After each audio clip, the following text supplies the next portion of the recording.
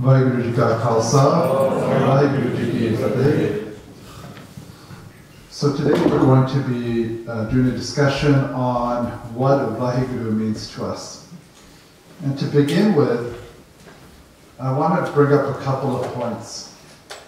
One is that since the very beginning of Sikhi, with Guru Nanak Sahib Ji and Bibi Nanaki and Bhai Mardana, Sikhs have always been a tiny minority surrounded by huge religions.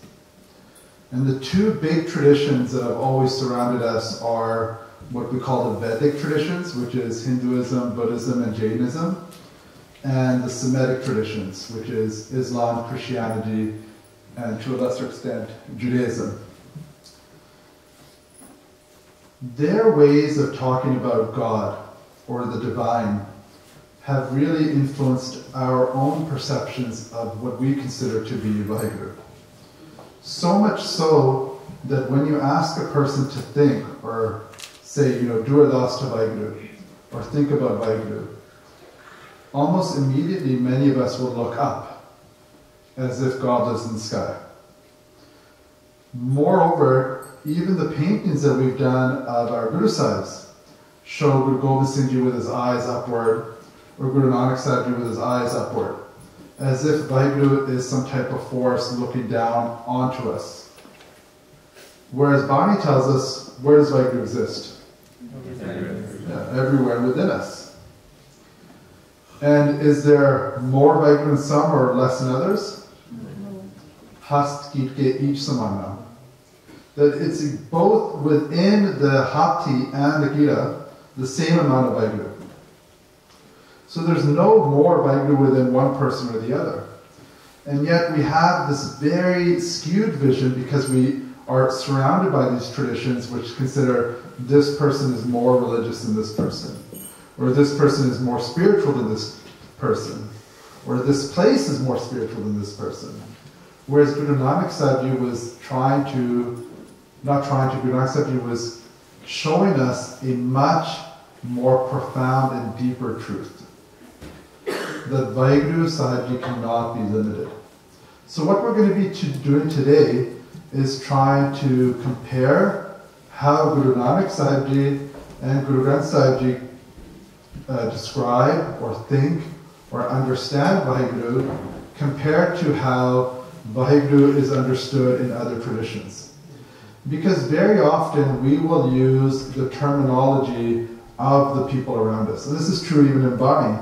That when Guru Nanak Sahib Ji or Bhagat Kabir Ji is speaking to a Muslim audience, they'll use words like Allah or Khuda. And if they're speaking to a Hindu audience, they'll use phrases like Hari or Paramatma. Which makes sense because you need to be able to tap into those people's way of looking at the world. But what we sometimes forget is that Vaheguru Sahib Ji is not limited by those terms. It's much bigger than that.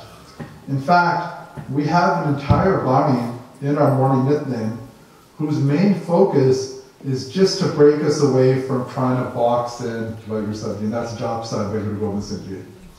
Where again and again and again, through constant repetition, Guru Sahib Ji is trying to show us, stop trying to make Vaheguru Sahib Ji small. Vaheguru is beyond your conception understanding.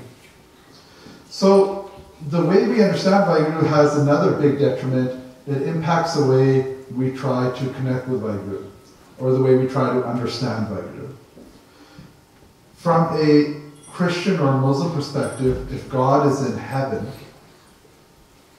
then the way to please God becomes very different than if Vaheguru is inside of you. Similarly, if God is in idols or in rivers or in mandirs or in mountains, as it is in the Hindu tradition, then your way of looking at the world becomes very skewed. We have subconsciously taken on a lot of those aspects. So we talk about this when it comes to cultural ideas, that we've done this a lot in terms of culture. For example, the caste system, or gender discrimination, or other issues that are relevant in our community. But on a much more basic level, what the true purpose of Sikhi is, which is to be one with Vaheguru, we have really, a lot of us, and myself included, stopped really tapping into what Guru Nanak Sahib Ji was trying to say. So throughout the presentation, we'll use some old paintings of the Gurus. We should all know that these are just paintings by people. It's of course not how Guru Sahib Ji looked. They're just a teaching aid. And so this is a painting from an old Janam Sakhi, and it's the Makkah story. When Guru Nanak Sahib Ji went to Makkah, and the Qazi there, the Mullah, took Guru Nanak Sahib Ji's feet and swung them around. What I don't want to get into today at all is whether any of these stories are true or not, because that's not the point, and it never was the point. If you believe them, that's wonderful, and if you don't, then that's up to you if you have a different understanding. That's never been an issue in Sikh history. People have their own understanding of Guru Sahib. The point is, what's the message of the Sakhi? So what do you think is the real message here that Guru Nanak Sahib Ji was trying to convey? I want us also to take a deep breath and think about how courageous an act this is. We can see what Muslim fundamentalists look like in today's world, with ISIS, for example. And it is, to this day, and was then as well, illegal for a non-Muslim to enter Mecca. Even today it's illegal for a non-Muslim to enter Mecca. So then to go to Mecca as a non-Muslim, and then to do something which is inherently one of the most disrespectful things a Muslim can do. So that strict Muslims will, even in North America or Britain or wherever they are, always even sleep with their head towards Mecca. They won't even sleep with their feet towards Mecca. But here's Guru Nanak Sahib Ji in Kaaba, around Kaaba, right there in the complex, and he's putting his feet towards Kaaba. Anybody have any ideas what Guru Nanak Sahib Ji was really trying to prove? What was he trying to say? Yeah, it's very simple. That you have reduced Vaheguru to one singular physical point. And you focused all your attention here, so much so that coming here makes you a better person, according to Islamic theology. It's one of the 5 things that a Muslim must do. So when we say Vaheguru exists here exclusively, or Vaheguru's presence is felt here more than somewhere else, then even going to that place becomes a spiritual exercise.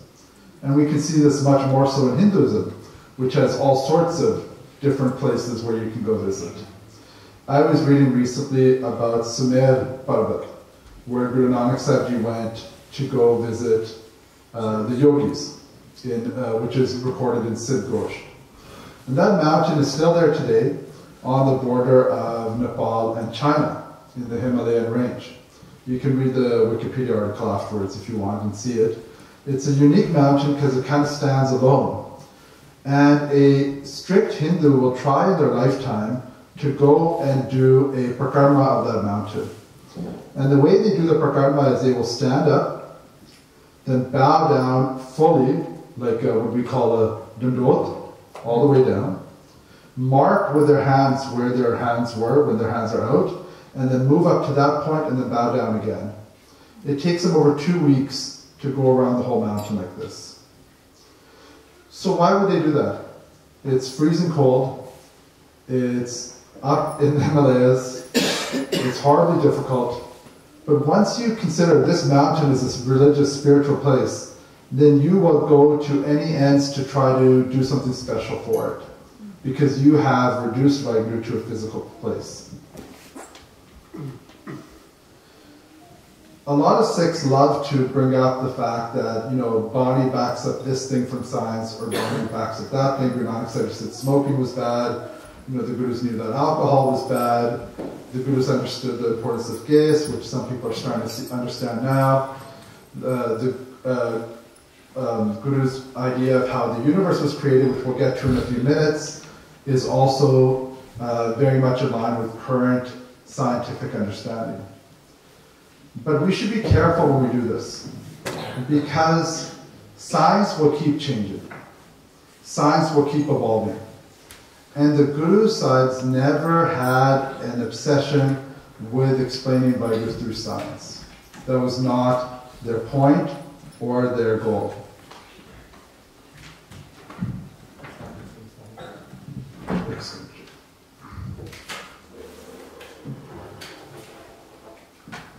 Okay?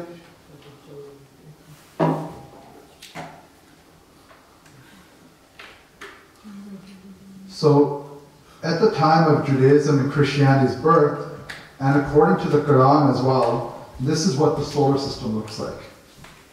But recently there was a Muslim scholar in Egypt who said that he doesn't believe that the earth goes around the sun because the Quran says no. So the Greek understanding which these religions took was that the earth is the center, and then around, as they saw the different heavenly bodies move around them, that's how the world looked. And it was kind of like a big sphere, like an egg. This is a traditional Hindu understanding of the earth. The earth is supported by 4 elephants, which are riding on the back of a turtle, which is flying through the cosmos. It sounds amusing to us, but I'm sure it was an amazing idea when they first created it 5,000 years ago in the Rig Veda. And when the Greeks came up with this idea 3,000 years ago, it was also far beyond anybody else's understanding and was cutting-edge science. But the problem is that technology increased, people's understanding increased, these ideas are now laughable to us. They sound ridiculous. Because even a little kid knows that the earth goes around the sun. And even a little kid knows that the earth is not the center of the universe. And we would imagine that nobody thinks that the world is on the back of 4 elephants flying on a turtle swimming through space. But this is how people understood. So when in their religious books, they said, this is how the world works. This is how God made the world. This is what God is. What have they done to their religious books? Brought them to time. Confined them to time. Confined them to time. They're not timeless anymore. So that if I pick up the Quran and I read about how there's only 7 planets, because that was a Greek understanding of the solar system and how the earth was the center, then I'm going to say this does not make sense to me, because I know, according to science, that that's not true. So then you'll have to play mental gymnastics, which a lot of Christians and Jews and Muslims have to play today. Because they have to say, oh, this is a metaphor, this isn't a metaphor, this was meant in this way, God meant this was supposed to be this, and you end up making excuses for your own scripture. So what I'm trying to show, and we have to be careful today, we need to be respectful when we speak about other religions, but at the same time, and Vaheguru does this a lot in his Bani, there's no harm in talking about the greatness of the Guru, or how amazing and how wonderful the Guru's view and understanding of the world is compared to everything else. In fact, Vaheguru says that all these other faiths are not even equal to one Rom of a Gursik, let alone the Guru. What we're not trying to say is that we're better. What we're trying to say is that along the way, many mistakes have entered these other traditions that have confused them. And we need to see, are we following into those mistakes because we live in that culture?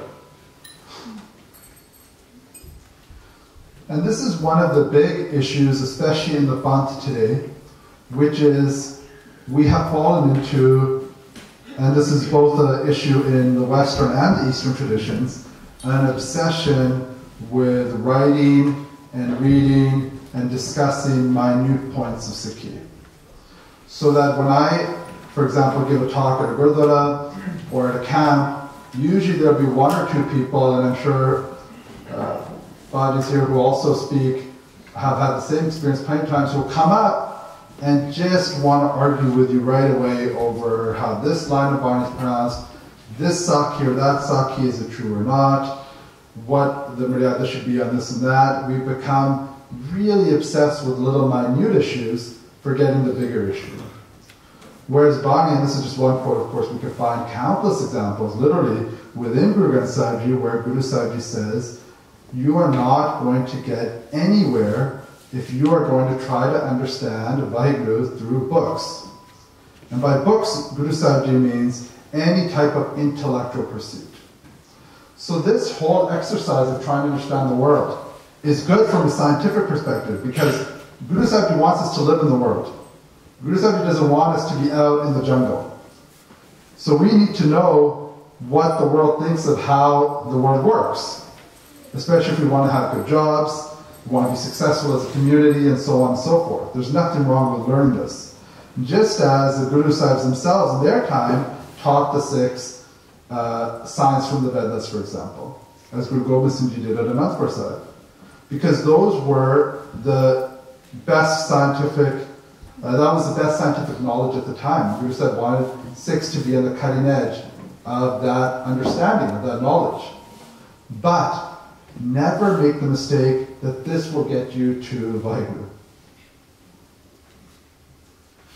So one of the big issues with the other traditions is how they understand God. And even the word God, I think when you speak to a Muslim, they will say Allah. They will usually not say God. And I think as Sikhs, we've become so used to being sort of this mild apologetic. We say temple or church instead of Gurdwara. We say Bible instead of Guru Granth Sahib Ji sometimes. People say prophet instead of Guru. And we say God instead of Vaheguru. And when we use our own terms, I've never met a Jewish person that says church instead of synagogue. There's less Jews in the world than there are Sikhs.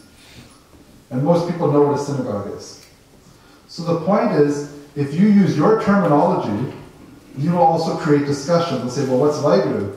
And you'll say, well, Vaheguru is how we understand so and so and so. And you can teach them about Mohammed there, or very basic concepts. And they will very quickly realize that what they think of as God and what we think of as the divine, what we know from Guru Nanak Sahib Ji as the divine, are very different. Because for Christians, this is literally God. So Jesus is not just a person, he is God. God is made up of three forms: Father, Son, Holy Ghost, or Holy Spirit. And the Son, or Jesus, is one of those three parts. So he is both a human and a God. So you can get into all sorts of issues. What does that mean? How does that work? How does that, why does he cry when he's on the cross? All these sorts of other issues. And many Christian scholars over the last 2,000 years have spent a lot of time trying to explain it, because a lot of it doesn't make sense. And yet, we see all around us Punjabi people being attracted to this message, which is more complex, less intuitive, and makes less sense, just because of the packaging and because of the culture we live in. We know that according to Hindu mythology, Vishnu had many incarnations. And so the list of his incarnations differs according to the source. But in many sources, one of his incarnations is this guy, Parashurama, who is considered to be the first Brahmin. He was insulted by a Kshatri, by a Khatri. And so, for 40 generations, he killed every single Khatri. It's sort of a mythological story, so it doesn't make that much sense. He went out, he killed them all, they came back to life, he killed them again, brought them back to life, and he essentially did this for I don't know how many hundreds of years. So this is, according to Hindu philosophy, God. This guy who gets insulted and then kills 40 generations of one caste, which is why Brahmins are higher than Khatris, according to Hindu mythology. So we can see that, now everyone's kind of like, that doesn't make sense, that sounds ridiculous, but that's what happens when you define God. When you say, this is what God is. When they made the Rig Veda, this made sense. When the Bible was written, 400 years after Jesus, 200 to 400 years after Jesus, this made sense. It appealed to people, and it was very popular. But Sikhi is not a popularity game. Sikhi is a game of truth.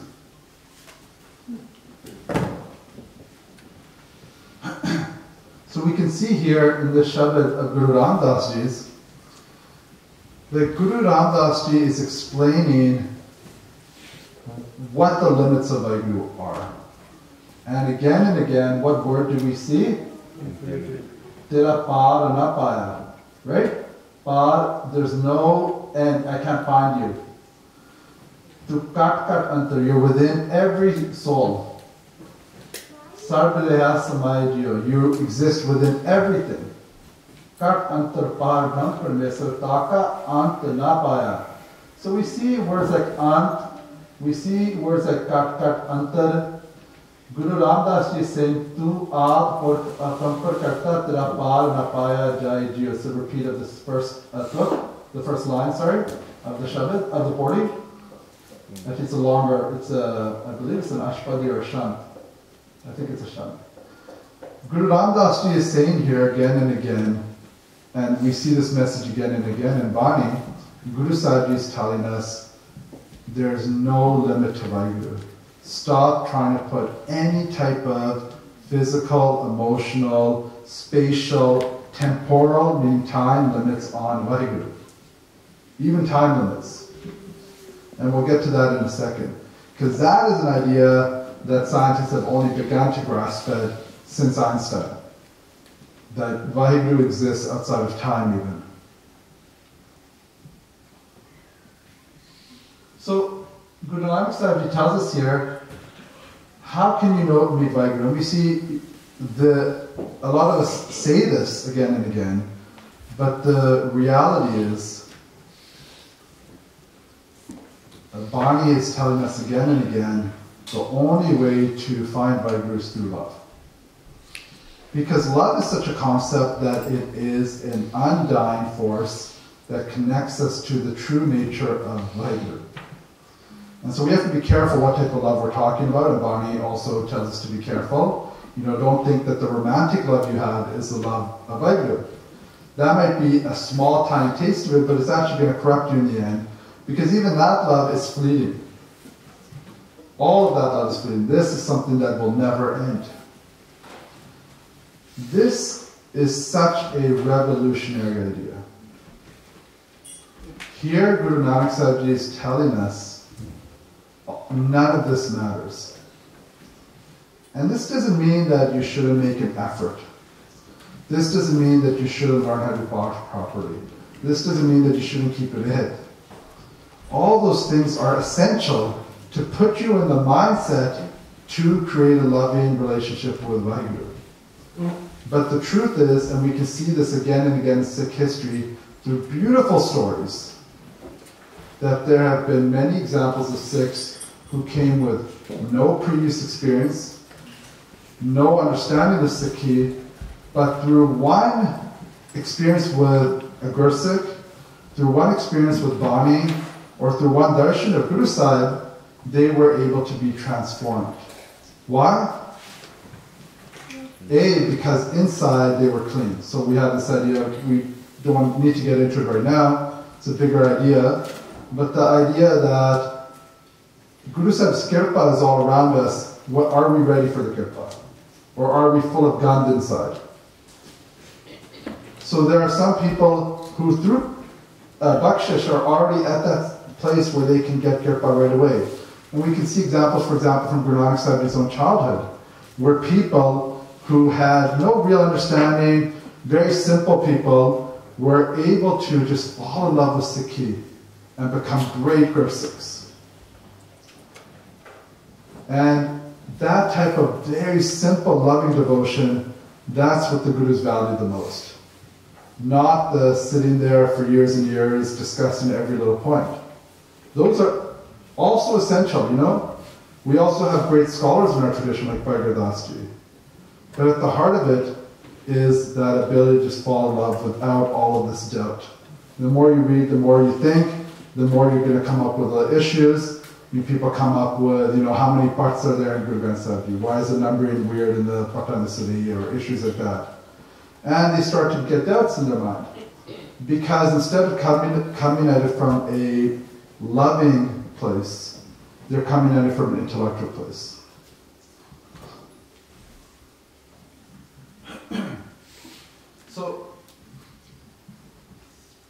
we can see what happens when people think that some people are more religious or more special than others.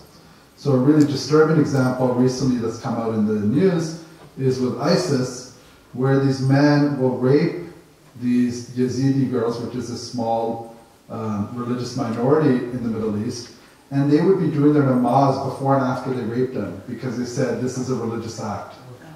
Because you're not a Muslim, and you are a pagan, because they worship different gods, they worship angels, and because of that, it is a religious act to rape you. So it's easy to criticize that because of how horrifying it is. But let's bring it down to our level. How often do we see someone in a Drola and Barna and think that person is really awesome? And then right after that, a Mona will walk in and we judge that person. How often do we see someone on the street who might look like they're a drug addict or homeless, and we get weirded out by them and we stop thinking, this person's someone we should be aware of or stay away from? So throughout the day, we are making little judgments of people, of how good they are.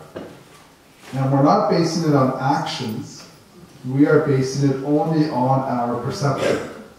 And yet, for those of us who have had the kripa of taking Guru Sahib's Amrit, where is the Amrit given? What three places? In our case, in our mouths, and what else? Our eyes. This is very important. Guru Sahib could have also done ears, for example, splashed a drop in our ears because we hear things. But the eyes are our main way of viewing the world. And this was such an essential part of Guru Gobind Singh Ji's exercise, which was, I want you to have my eyes. Eyes that, for example, what's one of the most beautiful examples from Sikh history? That's Bhai Kanhaiya. Who did Bhai Kanhaiya see in everybody's face when he was doing seva with the Barni? Whose face did he see? Guru Gobind Singh Ji. So, that level where you are able to do seva, Bura da Palaka, as Sheikh Farid says, you are able to, the people that are hurting you, literally, these are people that are attacking the Guru. These are people that are killing your fellow Sikhs. These are people that would see your community destroyed. So many times when we talk about 84 or Khalsa, I know when I was younger, young Sikhs are like, yeah, we should just go to India and do this and this and this. And we start speaking about people there, or people that we perceive to be on the other side, as less than human. As less than something that's worthy of being taken care of. And yet if we look at Gursikhs who carried out actions of violence, it was always from a place of love. So that they follow in the footsteps of the Guru, who even when he is shooting people with his arrow, is shooting them with gold-tipped arrows, so that if they die, their family can bury them, and if they're injured, they can feed their family. That's the level of compassion of Guru. Even in the act of killing another person, he is in love with them. And he wants to take care of them, and he wants to do their seva. So when we think of Bill Gates, we think, wow, if Bill Gates walked into the room right now, richest guy in the world, how would we react? And how would we react if a very poor or deformed person was on the street and we were walking by them? So that's the question there. So, we take it away from ISIS and those horrible big examples and bring it to our daily lives. So when we say that Vaheguru Sahib Ji has no limits, and Vaheguru Sahib Ji exists within everything, that's a really difficult concept. How difficult of a concept is it? It's a concept that many Sikhs were unable to even grasp. For example, when Guru Harkrishna Sahib Ji became Guru. There were Sikhs that were unable to understand, how can a 5-year-old child be as great as a Guru as Guru Nanak Sahib Ji? They couldn't wrap their heads around it. And the lesson there that the Guru Sahibs were teaching us, because everything's a lesson from the Guru Sahibs, is it doesn't matter if you're 80 years old Guru Amar Das Ji or 6-year-old Guru Har Krishan Ji, that physical exterior has nothing to do with the Jyot of Guru Nanak.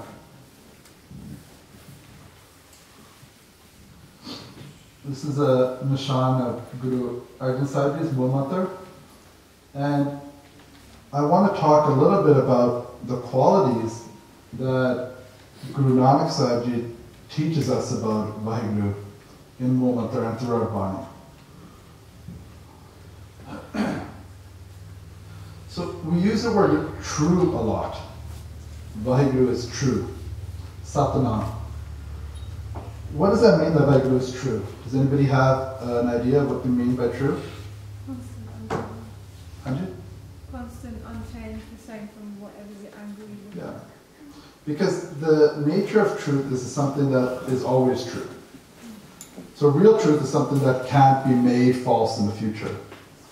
And so that's why the word truth is attached to Vaheguru. Because Vaheguru is the only thing that cannot be made false. So you could say this earth is real.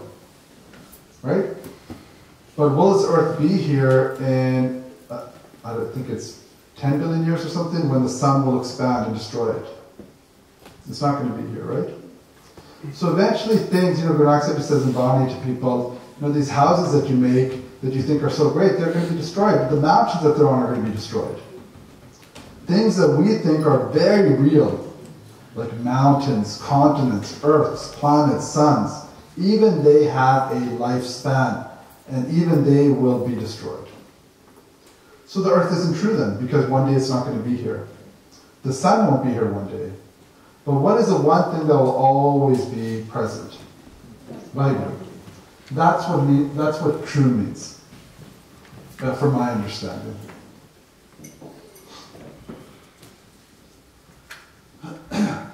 So, Bani tells us that Vaheguru Sahib Ji, or Ek Onkar here, Ek Onkar in other places, is the creative force of the universe. It created the universe, and it exists within the universe. And we're going to go into that in a little more detail in a minute or two. We go to, when we look at Mool Mantar can be understood in a lot of different ways. But one very beautiful way of connecting to Mool Mantar is describing qualities of Vaheguru. What does Guru Nanak Sahib Ji say is the goal of Sikhi? What does he say in Asivara? Jin manas te devte kiye kartana lagi baat. I want to make people who are like gods, who are Vaheguru-like. If we are to become Vaheguru-like, we have to have Vaheguru-like qualities. Where do we learn Vaheguru-like qualities? So we cannot define Vaheguru. We can't say this is where Vaheguru lives, this is what Vaheguru looks like, this is where Vaheguru sits, this is where Vaheguru exists within this place and doesn't exist there. But we can say Vaheguru is loving. Vaheguru is fearless. We can describe Vaheguru. And by describing qualities of Vaheguru, we can create those qualities within ourselves by following Guru Granth Sahib Ji. And so one of the primary qualities of Vaheguru is fearless. Why is Vaheguru fearless? Who would Vaheguru be afraid of? No one. It's not possible. If you are the creator of everything, then there's no place for fear. Which is why the Guru Sahib Jis throughout their lives never showed, and I dare you to find a Sakhi, that ever showed the Gurus had even an ounce of fear. And I will give you two examples right off the top of my head of examples from other traditions where their prophets did show fear. When Muhammad Sahib first got the Quran, when Gabriel the angel first gave him the Quran, he came home and he cried to his wife. And he was so freaked out by this revelation he had received. This is in the Quran itself. When Jesus was walking through the desert before he came to Jerusalem, he was tempted by the devil and he was afraid. So these are two examples right there. when you have fully grasped the Vaheguru is fearless, as the Gurus did, of course, because the difference between Guru and Vaheguru is non-existent, right? Then you are totally fearless. You can stand up to the world's greatest invader, to his face, and call him the devil, as Guru Nanak Sahib Ji did to Baba.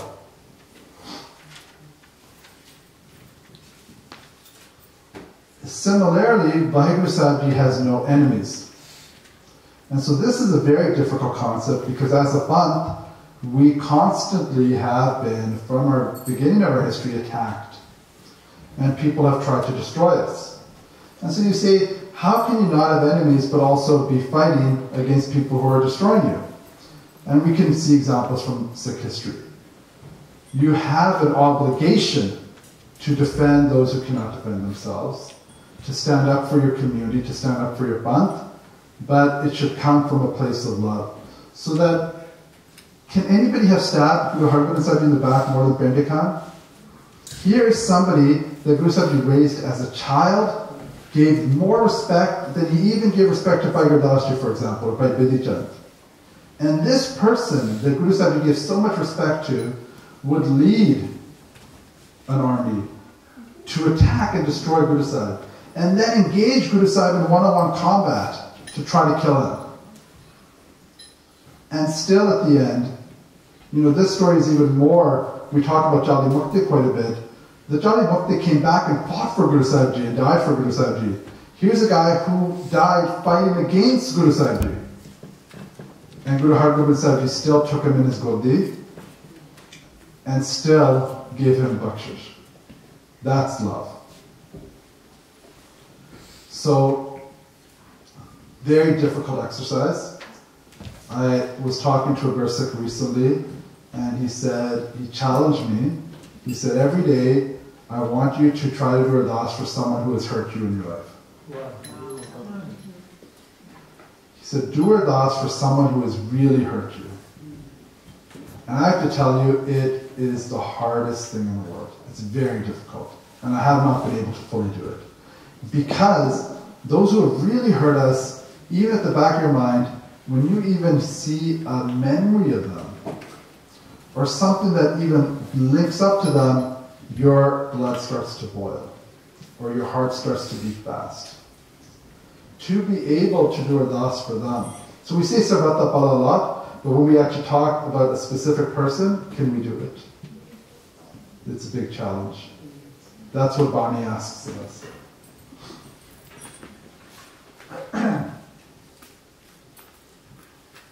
The beautiful thing about Sikhi is that in Hinduism, God exists in all sorts of amazing things, like mountains and rivers and so forth, right?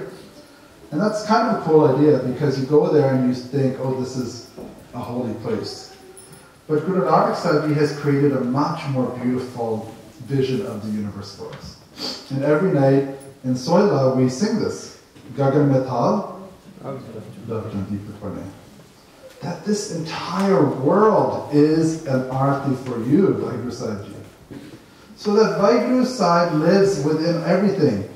It's easy when we're out here at Khalsa Center and we see the trees and the cute dogs and the birds. You think, oh yeah, Vaheguru's here. It's a lot harder when you're in the city and you're getting honked at by a car, or you're trying to get to work, or you're stuck on the SkyTrain or on the bus or whatever it is, or on the highway. The truth is, Vaheguru isn't less present there than here. It's easier here, for sure. And nature has always been played a very important role in Sikhi, because it's a very easy place to connect to Vaheguru.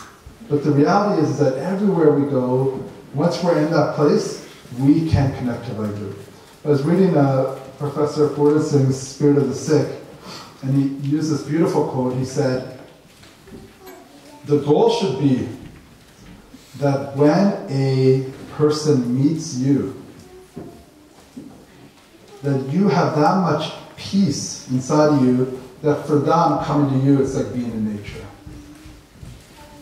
And when you meet a Gursikh, for those of you who have had that blessing to have met Gursikhs, you will see that even in their presence you feel calm and peaceful, because they exude that outside of themselves. they create that atmosphere around them. That's the goal. So it doesn't matter where they are, they're creating that atmosphere. What does that mean? That means even while being tortured, they create that atmosphere, as Guru Arjan Sahib Ji did. Here's another very important concept, and we're going to go through these a little bit faster now, is that Vaheguru Sahib Ji is just. So Sikhs don't believe that there are objective right and wrong. Or sorry, subjective right and wrong. We believe that there's an objective right and wrong. Some things are right and some things are wrong, and that's the end. And that certainty has been wonderful for our community because it means that again and again and again, we have taken not the easy road, the difficult road, but the right path, and stood with people who are being oppressed, be it in the 1930s against the British, be it in the 1700s against the Mughals and the Gandhis. So when it was difficult, we still knew, killing innocent people, raping innocent people, or selling them as slaves, taking away people's land, making them work as slaves. These things we know are basically wrong, and we will fight to stop it. That's what the Panth used to do. And we can see that the Guru Sahibjis, as Guru Hargobind Sahib Ji, especially at Akal Takht, really took these different qualities of Vaheguru and demonstrated them in a very physical way so that the message was very clear to us.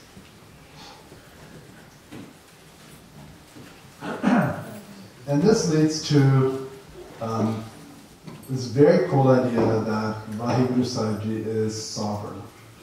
Because if Vaheguru is ruler of everything, nothing can rule over Vaheguru, then Vaheguru is the emperor, Shahanshah, Maharaj. And that means that if we have Vaheguru inside of us, we are also sovereign.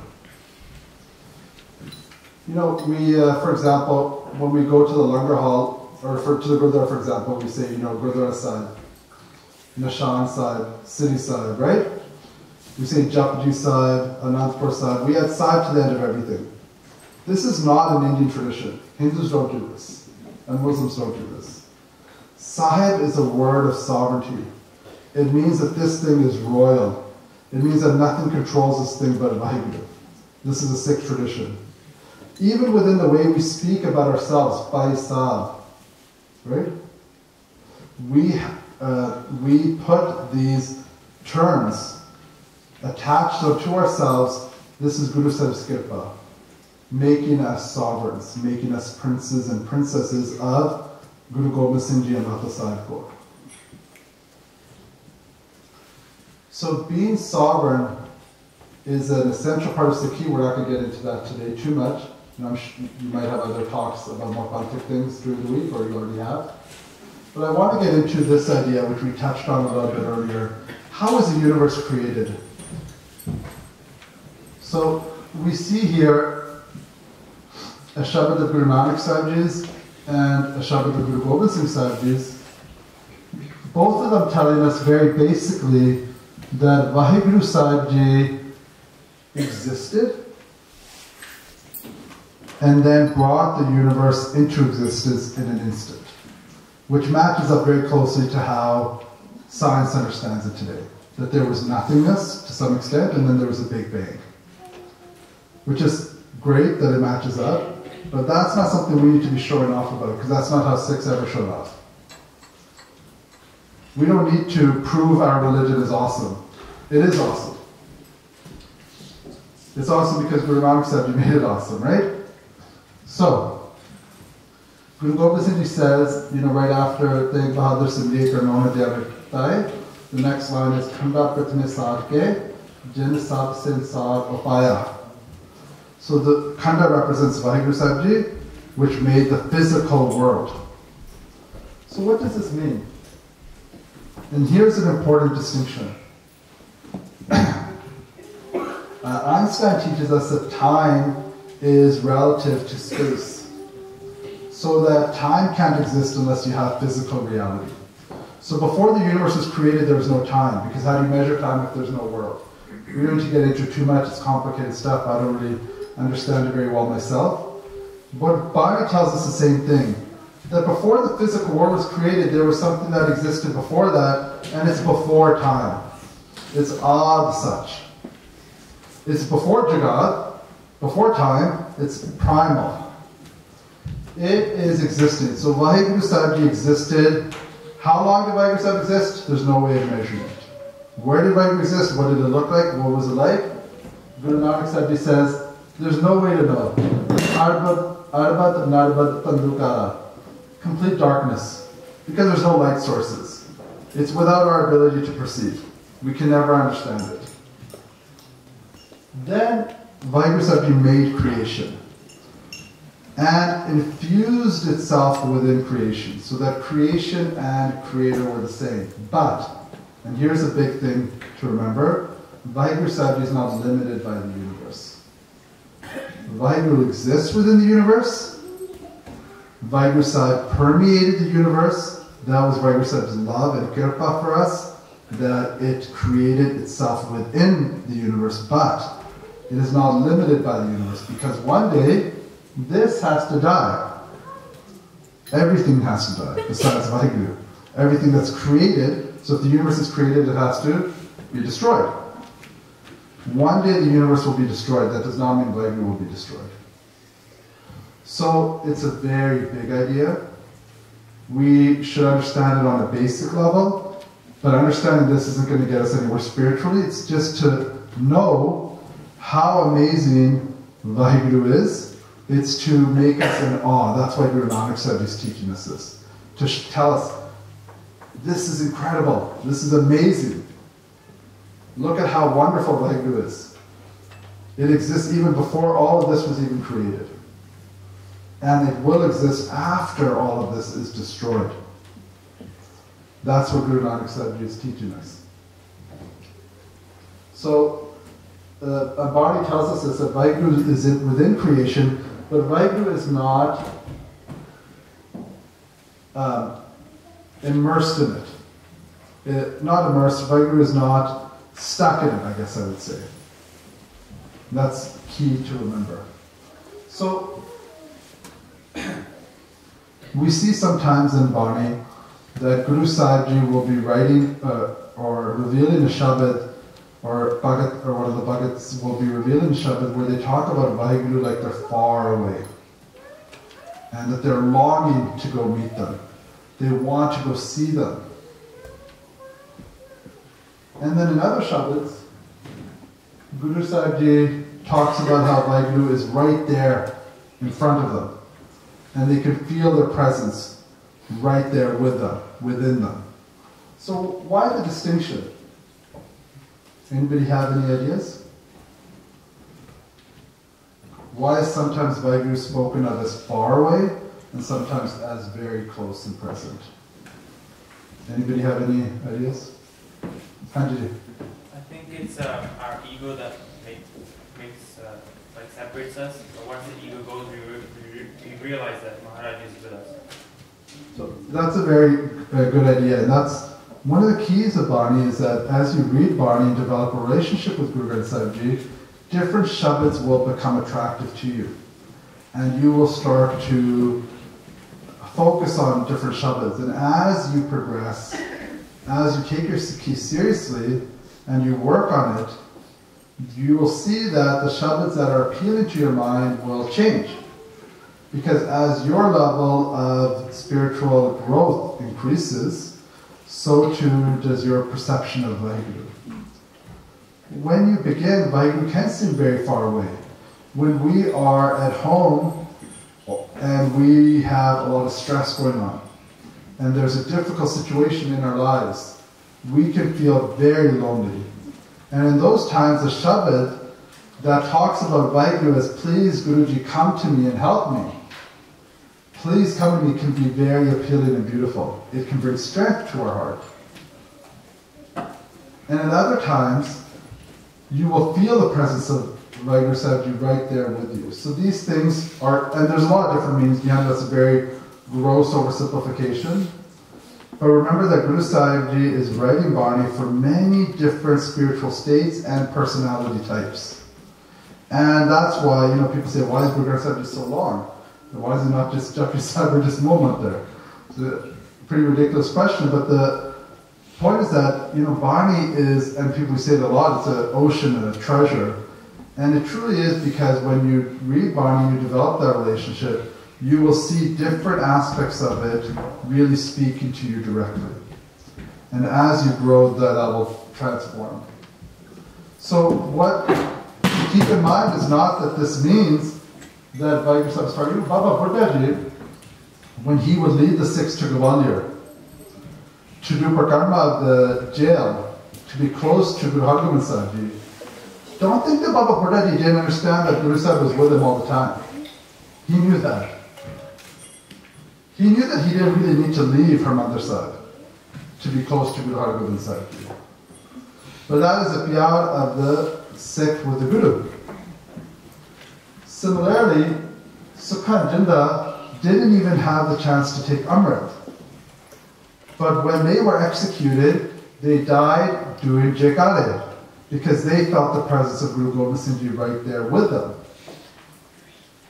So our understanding of Vaheguru is based on our own mental state and our situation, and also the circumstances that we are in at the time. I found this website, and it's an Islamic website whose main purpose is to convert Muslims to, Sikhs to Islam. I believe it's from Britain, where this is a big issue. And the guy has a whole essay on how our idea of Vaheguru makes no sense.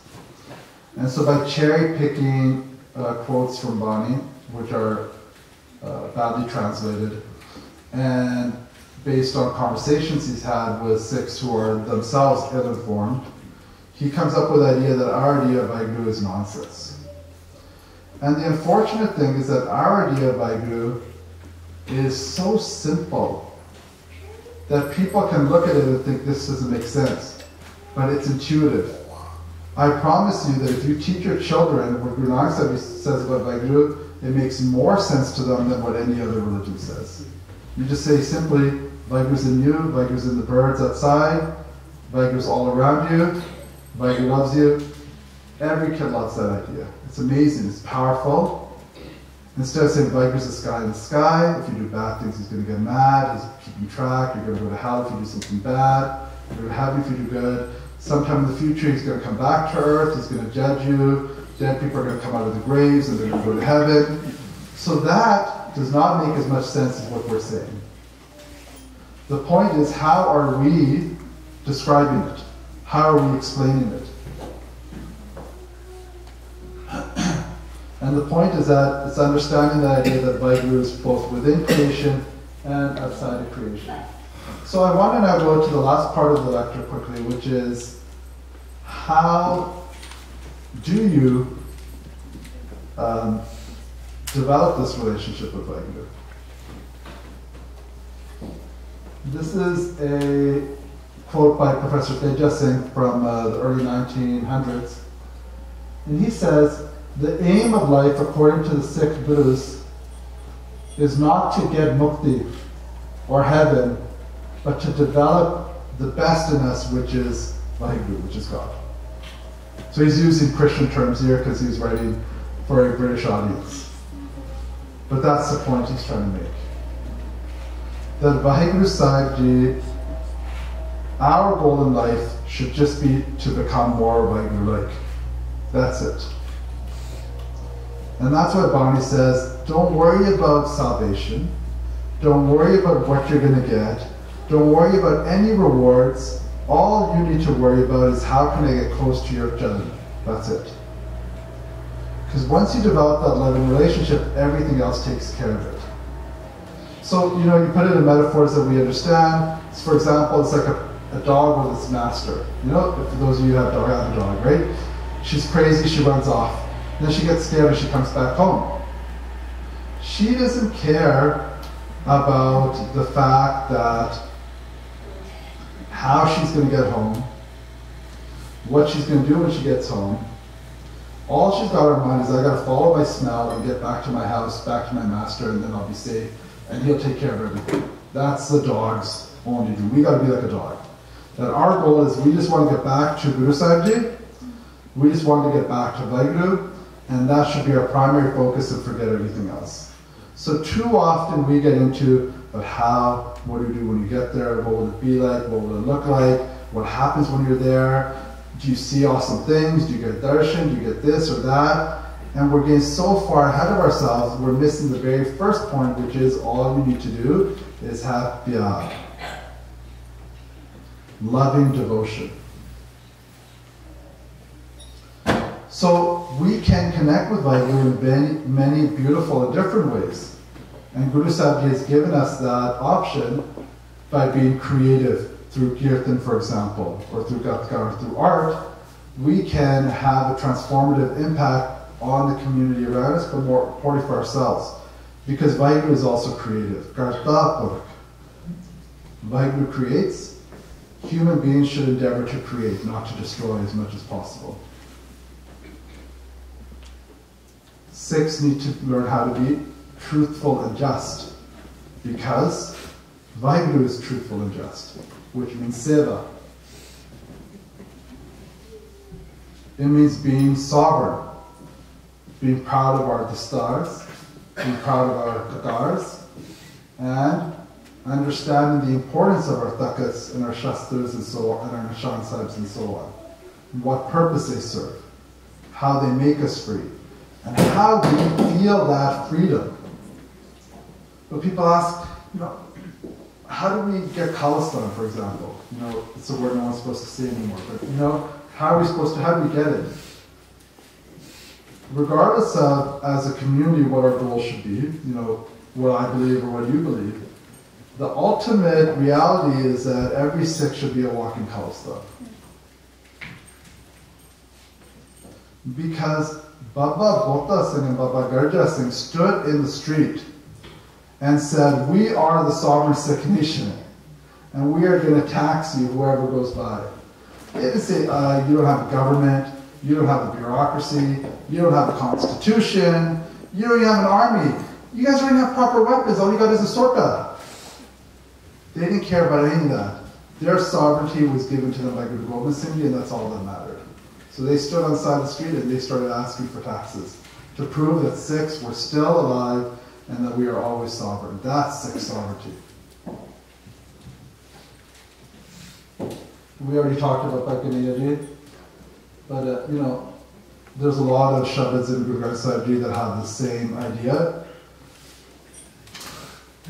And the most important thing, more important than anything else, if someone was to ask you, what's the most important thing for a Sikh to do? What's the number one thing a Sikh needs to do? It's very simple, it's follow the Guru. That's it. What is the one thing a Sikh needs to believe in? If you have to say one sentence, what is Sikh? A Sikh doesn't need to believe in God. A Sikh needs to just believe in Guru Nanak. Once you believe in Guru Nanak, then everything else is taken care of. There's nothing else to worry about. So that is the one thing that we need, is to really value and be so appreciative. And I've given you a little taste of what other traditions say. We cannot thank Guru Sahib enough for the opportunity to have been born in this community, which most of us, I think, here have been. Really, if you speak to people who come from other traditions and who have found Sikhi, if you read Sikh history and you look at someone like Guru Amar Das Ji, who spent a lifetime following ridiculous paths, you can see in his Bani what he thinks of his previous lifestyle and how appreciative he is once he found Guru Angad Sahib Ji. So we are very lucky. We're at the place, we're ahead of the game. We're ahead of where Baba Amar Das was. We're ahead of where Bhai Lena was. We're already at Kartarpur side. We're already at Kadur side. So we have Guru Granth Sahib Ji here. I was speaking at a camp recently, discussion came up about Bani on our phones and stuff. And it made me think that there's a Sakhi of Guru Amar Das Ji's where the Sangat from Kabul came from Kabul to Goindwal side to do darshan of Guru Amar Das Ji. And it took them like something like a month and a half to get there, 2 months. Because they're traveling with kids and their possessions and all of it. They came in big to spend time with Guruji. And when they got to Goindwal side, Guru Sahib Ji wasn't there, he was off to Prachar somewhere else. And so Guru Sahib Ji came up with the idea after that Sikhs would gather on the Sakhi and Diwali, which is where those 2 days became important in the month. And I thought, can you imagine? Those Sikhs traveled for 2 months to see Guruji, they still didn't get to. And we literally had Guruji in our pockets all the time. You know, not only do we have Guruji, we have like tikas, we have like Bhai Gurdas Ji's Vara and Kabat Sriye, we have Bhai Nandlal Ji's Bani. This is stuff that people didn't have access to even like 50 years ago that easily. We had all of Dasan Bani, we got all the stuff, we got like hours of Kirtan. We have access, and people say, what time is the best time to have been a Sikh? It really is today. We have more access to Bani and to Katha, Kirtan, Vichar than any other generation of Sikhs combined. You know, even after Guru Granth Sahib Ji was giving Gurgadi, there were very few Guru Granth Sahib Ji Swarups in Punjab. Only very wealthy people could afford to have a Guru Granth Sahib Ji Swarup written. And only a few Ityasik Gurdwaras had it. Not even every Gurdwara had a Guru Granth Sahib Ji Swarup. People would literally come, and this is where days like Maghi or Sangram became famous. It was just an excuse for people on those days in their pind or in the city to go to the Gurdwara to have darshan of Guru Granth Sahib Ji. Otherwise, they didn't get it on a daily basis. There was no pind Gurdwara back then. We're talking about early 1800s, Martin Reesing's time. And then printing press came, we got Guru Granth Sahib Ji, everybody got it in their homes. Now electronic media has come, and we literally have Guru Granth Sahib Ji with us all the time. So there is no excuse. I heard a very nice katha recently. Someone said, how do you do darshan of Guru Nanak Sahib Ji? Said, you want to do darshan of Guru Nanak Sahib Ji? You read from the beginning to the end of Guru Granth Sahib Ji. That's one darshan of Guru Nanak Sahib Ji. If you take 10 minutes a day and read 5 arms of Guru Granth Sahib Ji, how long will it take, Ratnam Singh? Less than a year. Less than a year. And you can have darshan of Guru. 10 minutes. So that's 10 minutes less of Facebook, or sorry, Instagram now, or Snapchat. I don't know what's, I'm too old now. Whatever it is, 10 minutes less of that, and just read Bani. If you can read Bani, go to a Sikh, Gursik. It's one of the greatest gifts a Gursik can give another Sikh, is to teach a Bani. You'll always find Sikhs who are willing to help you. That's never an excuse.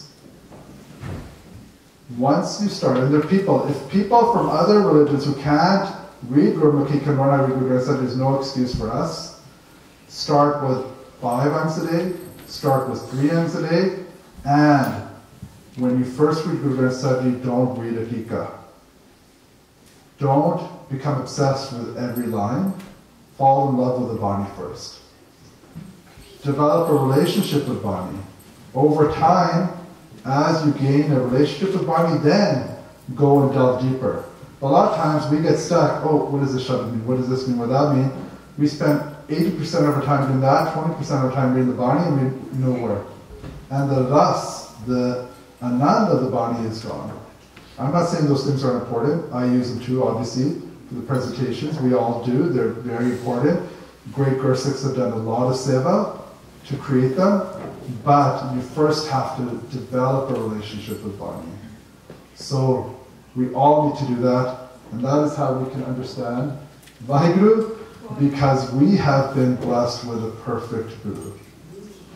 And being perfect, this is a really incredible gift, because there is nothing, and Bani tells us, nothing in this universe that is perfect besides the Guru. Vaheguru Ji Ka Khalsa, Vaheguru Ji Ki Fateh.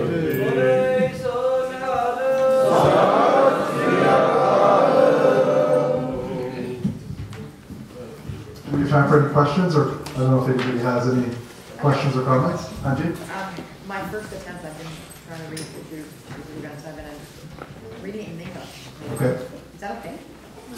So, I mean, that's my first experience, and then Andrew, when I finish, then I would like to learn. do you mean Romanized or Like translation? like so I have the Okay, English Roman. translation. 'Cause So- I don't, Everything is okay. It's amazing. You should be given credit for making the effort. Everything is wonderful. It's better than not doing it, of course. But you should always be striving towards the Gurmukhi, because in the Gurmukhi, the pronunciation can never be replicated. And moreover, the Guru is only that Guru, which is the Gurmukhi Guru. You know, the other thing is always going to be somebody's interpretation of what it is. It's not the Guru. But it's beautiful, and I think it's really amazing that you're making that effort. But the next step would be to start learning your Benti. And I gotta say, Punjabi is a pretty easy alphabet to learn, very simple.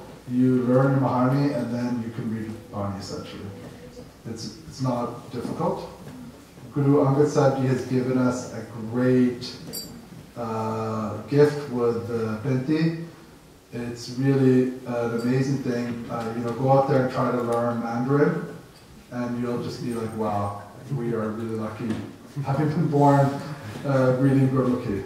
Okay? Hanji, Paisa. Just to add upon that, when there's on YouTube, if you type Learn Punjabi in 5 days, in England there's a channel called Santbir television, and there's a program, Guru Sahib it's Learning Punjabi in 5 days. It's not using the traditional method. So, for example, we start from ha, then ra, and so on. So it's a bit of a different method.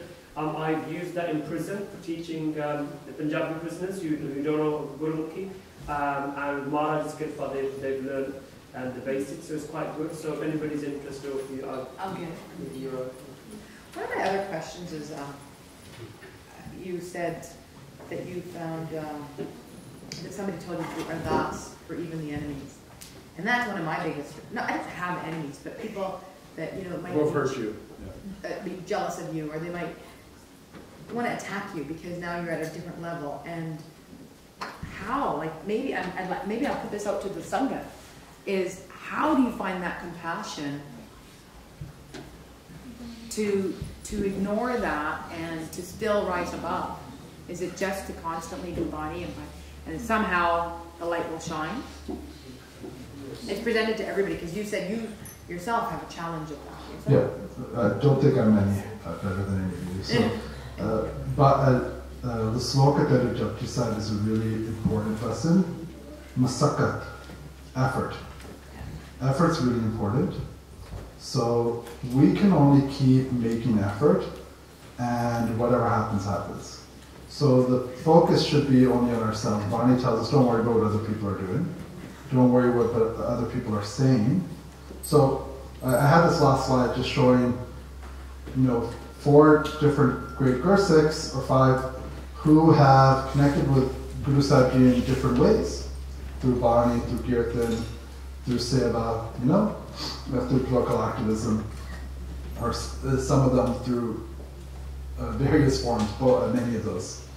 And we can see, for example, Bhagat Budhan Singh, he would literally walk around Amritsar and pick up rocks and garbage on the street. So if you've been to India, you can see that seems like a futile and silly thing to do. Someone even say stupid. But why would you bother? It's so dirty and gross. And someone asked Bhagat Budhan Singh, why do you bother picking up? He's like an environmentalist before the word even existed. And he said, when I die, no one's going to ask me, what did other people do? They're going to say, Budhan Singh, tu ki kita? What did you do? Because all I got to worry about what I can do, I don't worry about what other people do. So you don't worry if other people are cleaning up or not, if other people are taking care of people or not. He said, I just worry about what I can do, and that's all that I care about. So that's the type of mentality we have to have. You just worry about what you can do, and you don't worry. People said he was crazy, people said he was insane. He's literally carrying around a crippled person with mental health issues and learning disabilities on his back for over a decade and a half. We would see that today and we'd be like, what is this guy doing? Why is he bothering? This is insane behavior. But he didn't bother, So I think that's the type of mentality. Anjay? In your talk, you talked about... Sorry, I can't hear you. Let me just close the window. One second.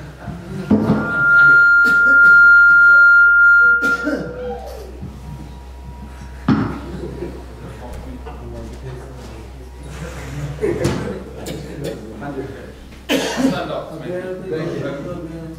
In your talk, you talked about time. You said, in Bani it says, Ada Satya Jugad Satya, and having there been primal time and time now. As we know, in time, we know it as a linear type of form. In Bani, does it state in the future what time would be replaced by? And would it be, instead of linear, would it be like 3D, or would it talk about different types of forms that we would not be able to experience? No, Bani doesn't care about any of those issues. It's quite simple. Like, Bani's focus isn't trying to explain the world or the universe. I'm not trying to be disrespectful, I'm just saying, Bani doesn't care about explaining the universe. Because for Bani, Bani's focus is one focus, how to connect with Vaheguru. And those things don't connect us with Vaheguru. They're interesting, they're useful, they may have practical purposes for science or exploration, so on and so forth, mathematics, physics. But they will not, so the same way that people say, is doing yoga okay? Yeah, doing yoga is fine, but don't think that doing yoga is going to get you spiritual growth. Same way, doing mental gymnastics is great, but it's not going to get you spiritual growth. So that's why when Bani says Jagat Sach, Hai Pi Sach, it will be true in the future. That's about as far as Bani goes, but it's always going to be true. And it doesn't really get into like what that means, you know? Sorry to come back to something so objective and narrow-minded, but being in the UK, obviously you encounter a lot of Muslim life. But I just wanted to go back to the Sakil when Guru Nanak Dev Ji went to Goa, and then when the law was passed and no Muslims could go, and how did Guru Nanak Dev Ji get into Mecca? Yeah. Okay. Because someone said that the law was passed after Guru Nanak Dev Ji been there. Just to let you know, Mecca and the Muslim world was very cosmopolitan for many generations. The Wahhabi element of Islam, which is the real Qur'an one, Aurangzeb was part of that linear thinking. That's why you find Aurangzeb's approach to the Khalsa Panth was very different to the previous emperors. The main one I would say is Akbar, who was very friendly with the Gursikhs and the Gurus at the time. The other thing you will find is that the Muslims that helped the Khalsa throughout time were mainly Sufis. And you have to understand there's a big difference between Sufi Islam and Sunni Islam. Sufi Islam, they believe in Bhakti. And Sunni Islam, they're very like hardcore, just this is the word, and they're not really interested in the spiritualism of it. Law obsessed. Yes.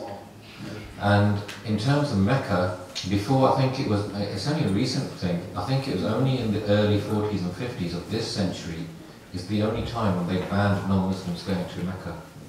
Before then, throughout time, there's been loads of explorers, loads of people that have been to Mecca. And if you actually go on YouTube, you can actually see a video of what's actually inside the Kaaba. I've actually seen that. And all it shows is that things hanging around. And it's like a kind of voodoo, like magic kind of thing. A lot of people, Hindus, think that there's a big meteor there. And that's why they have this theory that Lord Shiva, Krishna, Rama, one of them has been there. But that's a load of nonsense. Actually, it's just an empty space with just things that are hanging around on the roof. And the rest of it is just empty. But what is noticeable is outside the Kaaba is Guru Nanak Dev Ji's slippers. The wooden ones. Guru Nanak Dev Ji's slippers are outside the Kaaba. They're still there. They're still there. No, Bhai, that's not correct. Bhai Veer Singh ने लिखे कि जो उसके तक काप जरा सा सिगा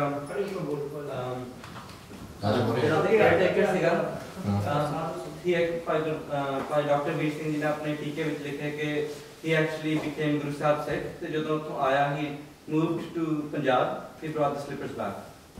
So I've read that in the टीके. I've seen a slightly different interpretation, but I've never been to Mecca, so maybe when we go there. We'll have a look.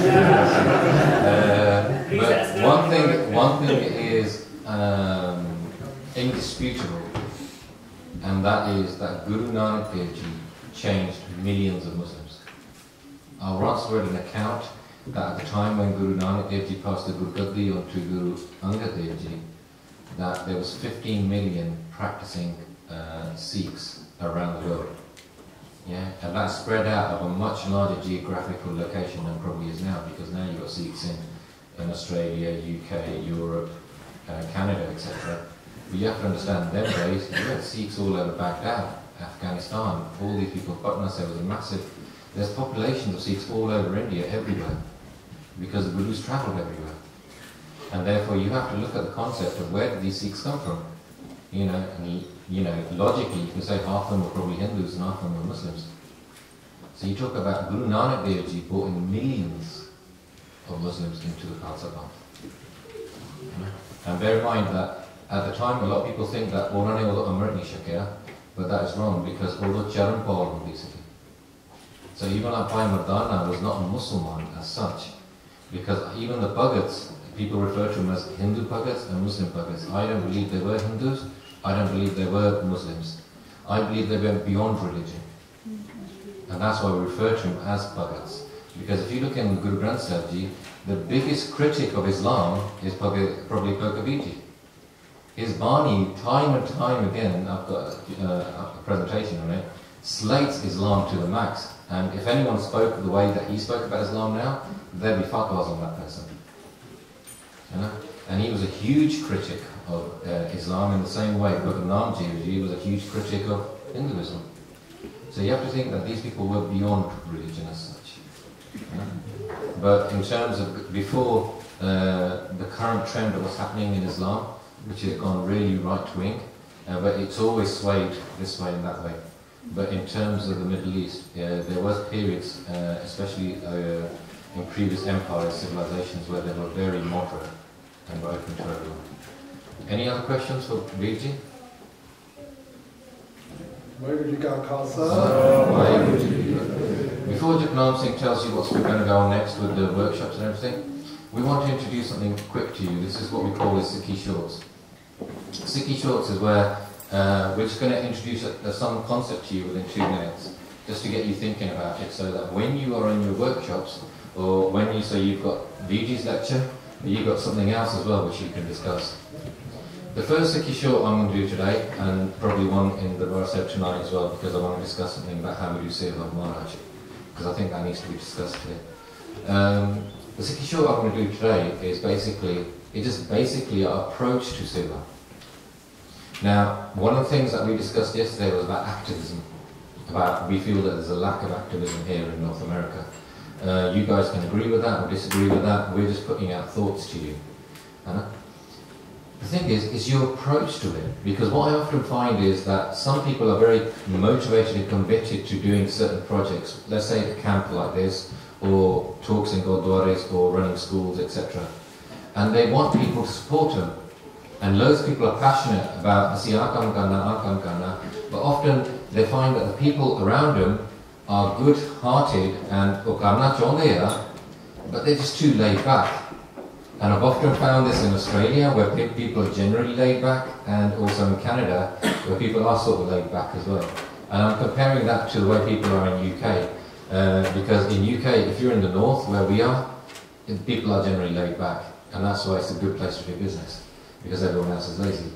But if you're in London, to exist in London, same way as if you were in New York or Shanghai, or if you're in Singapore, one of the international cities, if you're laid back, you're going to be unemployed. You have to have that level of commitment, you have to have that level of being punctual, being on time, and everything else. Because otherwise you don't survive. You've got too much world competition for you.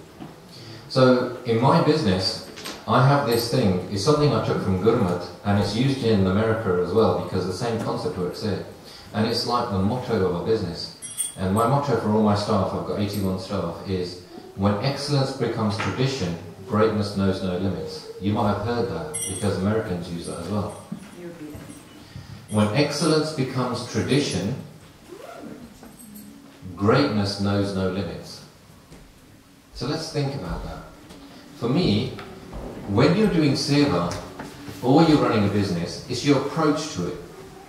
Now, your approach to doing seva, what I and this is my thinking, and some of you might have different thinking, your approach to doing seva, I think everything should be excellent.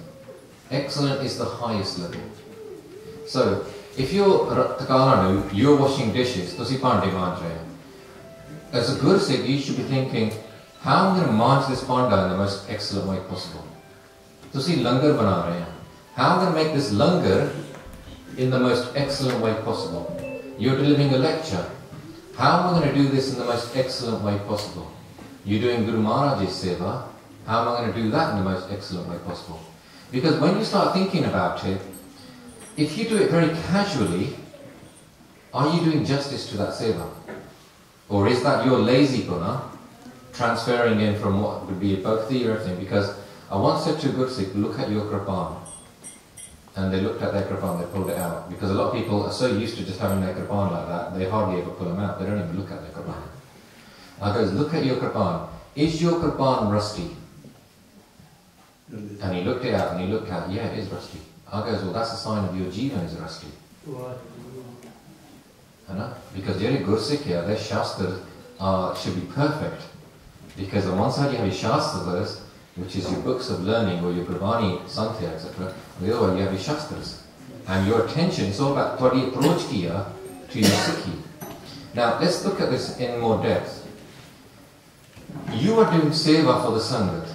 Tusi langar bana rahe for the Sangat. You're doing Pandyan seva for the Sangat. Tusi Joriyan seva kar rahe for the Sangat. Who is the Sangat? The Sangat is Guru Roop. So jado tusi Joriyan seva karo, oh ye socho, Jore Guru Gobind Singh Ji de. I'm going to do seva in the most excellent way. Jo Pandaya, ek Guru Gobind Singh daya because ek Guru Roop ya Khalsa. Main onu seva karni in the most excellent way. So in the same way, you're running a camp. ਤੁਹਾਡਾ approach ਹੋਣਾ ਚਾਹੀਦਾ ਆ ਮੈਂ camp ਕਰ ਰਿਹਾ ਪਰ ਇੱਥੇ Guru Nanak Dev Ji ne hona. And then you won't be doing a camp where basically it doesn't matter if I turn up one day late, or it doesn't matter if the timetable's on schedule or not, or it doesn't matter if I pura lecture kita hai or nahi. He'll be like, I need to do this to the max. When Bhai Singh set up Sikhi to the max, it was very important, the title that he created for it, is that we're not following Sikhi to a minimum level, we want to strive to follow Sikhi to the maximum level. Hence the name, Sikhi to the max. Does that make sense? So now when you look at the seva that you do, try and do it in the most excellent way possible.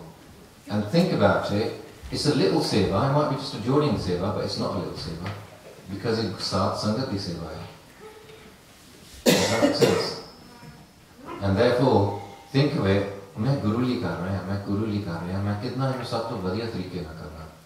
And when everything that you do is excellent, not just occasional thing, like at school it might be the occasional essay or thingy you've done an excellent, but baki is sare kille. When everything that you do is excellent, or tradition ban janda hai, that becomes your mentality, that becomes your approach to life. And when you become like that, everything you do in life will always be successful. Because body mentality here, and this is the biggest thing I believe the Guru Granth Sahib is all about. Bhaji said the Guru Granth Sahib is timeless.